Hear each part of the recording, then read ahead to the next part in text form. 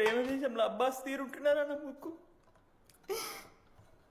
మా అమ్మమ్మకి ఏమో చూపిస్తారా పిల్లలకు పుచ్చిర్రా సోది. లడ్డు వదిలే. వదిలేస్తామన్నా. ఆడొచ్చి మనోని కొడతారు, మీరెళ్ళి ఆడికి సారీ చెప్తారు, అంతే కదా. వదిలేస్తాం. అరే మనం అలా క్యాంటీన్ లోపల పోద్రా. పెద్ద బోర్డు పెట్టి దుబ్బించుకున్నారు కదా, చదివినాం, అర్థమైంది. అదే దేనికి? 10 ఏళ్ల క్రితం భగవాన్ 2 కాలేజీల మధ్యలో క్యాంటీన్ పెట్టాడు. అప్పుడు నేను ఆర్ఐఈ ప్రెసిడెంట్, జేసీకి ఒక ప్రెసిడెంట్ ఉన్నాడు. ఒకరోజు అన్న ఏం కావాలన్నా?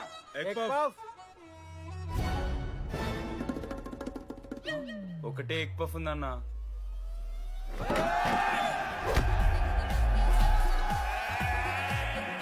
ఎగ్ పఫ్ కోసం అన్న ఈ గొడవ అంతా చీప్, వెరీ చీప్.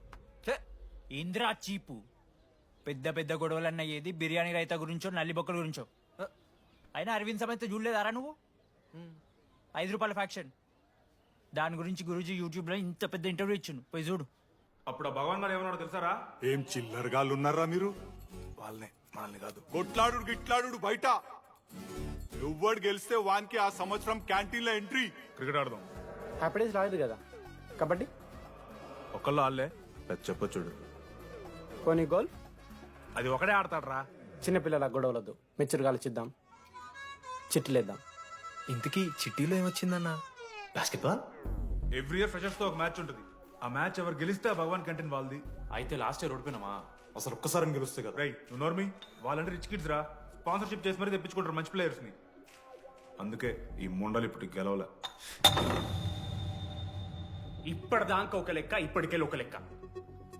మామా చరిత్ర తిరగరాల్సిన టైం వచ్చింది మావా. అన్నా ఈ డీడీ గారు చెప్తున్నాడు, ఈసారి మ్యాచ్ ఆడుతున్నాం, గెలుస్తున్నాం, దింపుతున్నాం. గట్టి ప్లేయర్లా ఉన్నాడు. నాకెందుకు మనం ఎసరు కొడతాం అనిపిస్తుంది.